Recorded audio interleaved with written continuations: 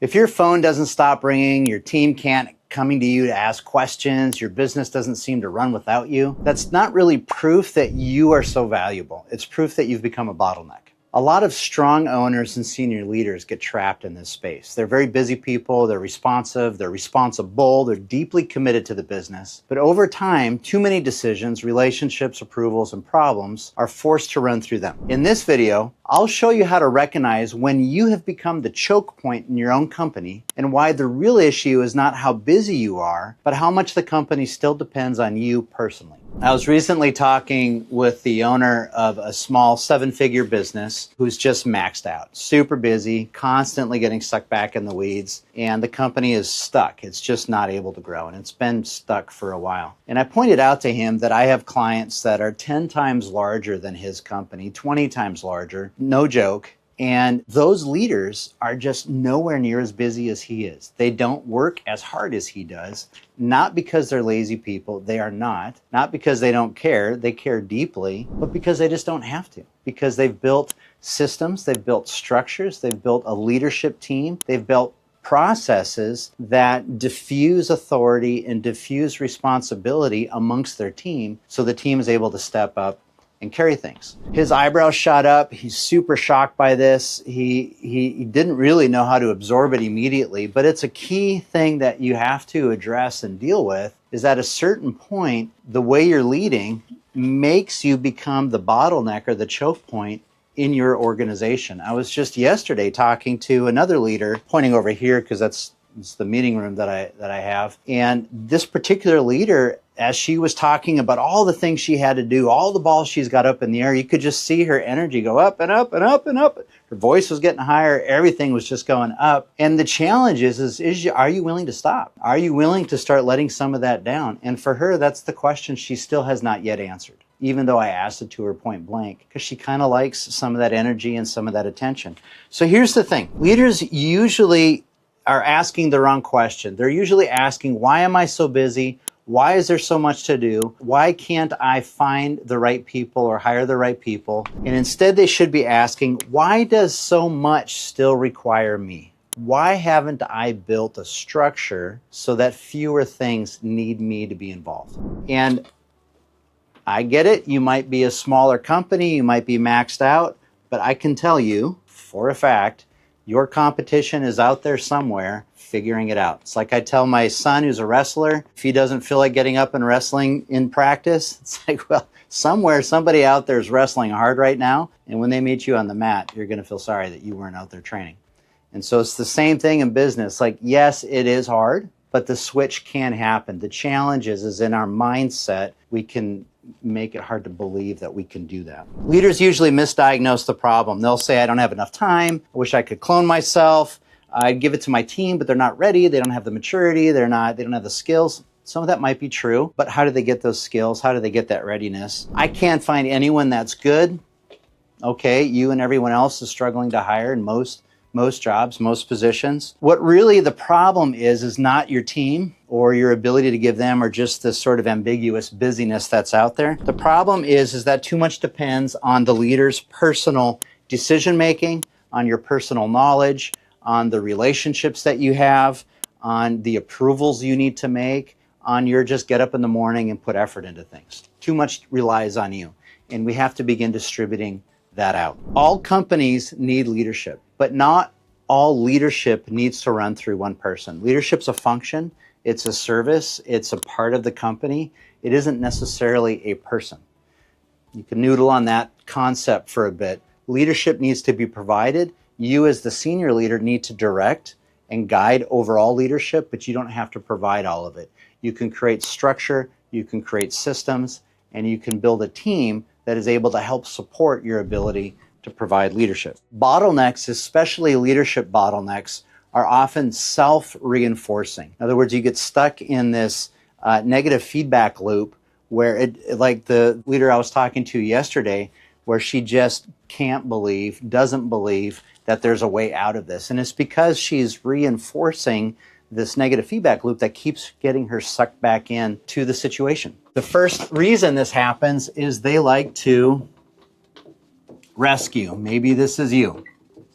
Now, you may not be using that language, but there's a whole social, psychosocial dynamic that happens with people where we like to be the heroes. We like to ride in and be the white knight that saves the day. We like to be the smartest person in the room. We like the feeling of being able to come and help people. And that is a good feeling. The problem is if you want to go down a rabbit hole on this, it's a short rabbit hole, but it's a good one, is look up the Cartman triangle or the drama triangle and read up on that online. Maybe I'll teach about it elsewhere. But this is essentially what I'm talking about, is this idea of being a rescuer. You're not rescuing people who should be rescued. You're rescuing because it does something for you, which is very, very common. But it's hard to recognize because you're getting the accolades, you get to feel good about yourself. What you are doing is you're preventing that person from being able to grow.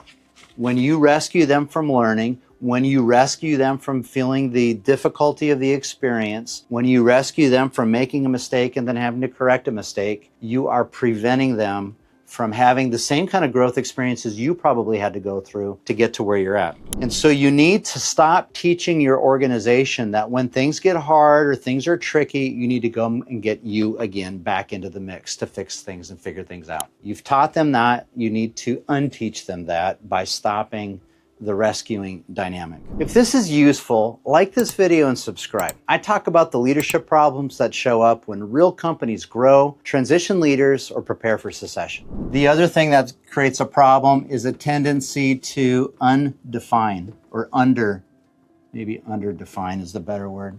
Let me reframe that. They underdefine. Not that you could read it anyways. All right, so they underdefine.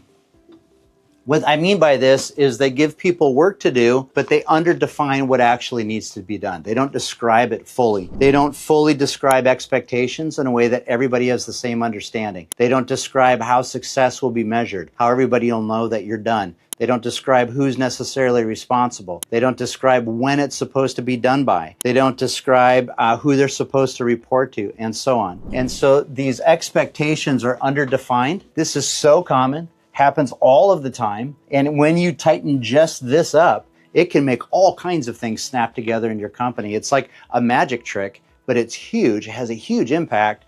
And it's very hard to get leaders to consistently just say who's responsible for what. Here's how we'll know we succeeded. Here's when we want it done by. Here's the authority or the resources you have access to get this done.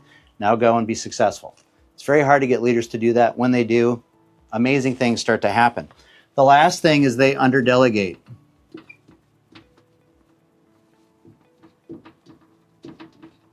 In this, I mean, they delegate tasks, not responsibilities. A task is, hey, could you run to the store and pick this up? Responsibility is could you make sure that the office supply cabinet is always stocked? That's the difference between those two concepts. And so what you want to do is make sure that you're starting to delegate buckets of tasks, responsibilities onto people and not individual tasks. That way they don't have to come to you constantly to figure out, what do I need to be doing? You might hand off an activity, could you go do X, but you don't hand off sufficient authority, the ability to make a decision, the ability to access the resources they need to actually execute that, so they have to keep coming back to you for permission. You might give an assignment to someone, but you don't give them enough context so they really understand what they're walking into. It's assuming you have that context. So in summary, what happens is we expect our team to step up in ownership, but we don't actually define for them their decision rights, the resources they need and that they have access to, the success measures, the reporting rhythm or when things are supposed to be due by, and the specific boundaries that they need to work within. Because we don't do that, which isn't really that hard, because we don't do that, we find that we don't get great results when we delegate out. If you do begin to do those things, go ahead and experiment with somebody on your team. You'll find that they have enough clarity to execute their work in a way that you wanted, and you don't have to directly manage them or look over their shoulder all of the time. The big challenge is, and it can be a challenge, is getting the owners to sit down and say, what is it you really expect here? And until you've answered that question, no one knows. If you don't know what you want, no one else does either. And if you haven't told them, you're expecting them to guess, which then you should get what you get if you're going to do that, and you're going to get a mess. People are going to come back to you. All right, so a short version. I don't want to spend a lot of time on this, but a short version of what everybody needs to know that helps this stuff start to snap together is your values, something I talk about a lot. What's the framework for how decisions are made and how we relate to each other? When everybody has the same sense of their values, they can make decisions more easily in your absence, and they're more likely to be what you would want. Your sense of vision. Here's what we're trying to build. So we're trying to get to here, and we're acting and making decisions like this. What are our priorities for this time frame? So you're giving a manager responsibility, and you're saying this is the things that we're supposed to accomplish this year or this quarter because we're trying to get here in 2 or 3 years, and this is how we make decisions and act on the way there. That information all on its own can help people make decisions, make progress, take steps without having to come to you all of the time. Then you describe success behaviors. These are specific behaviors that every organization knows about that answers the question, if we all just did this around here, things would work. Show up to meetings on time, read all the reports, answer emails, whatever it is for you. So here's the thing.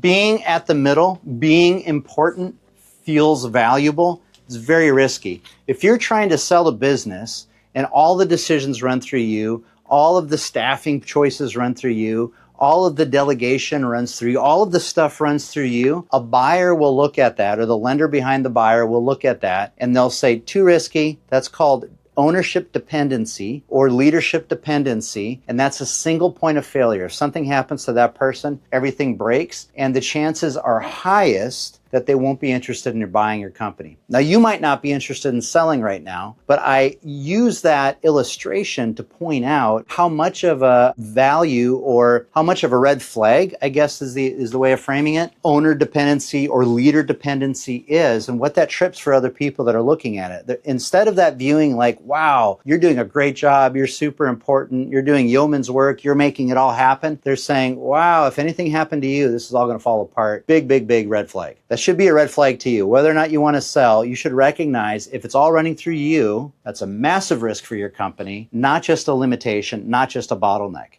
And so if you really care, you will start to get this off of your shoulders and onto and shared amongst the shoulders of others.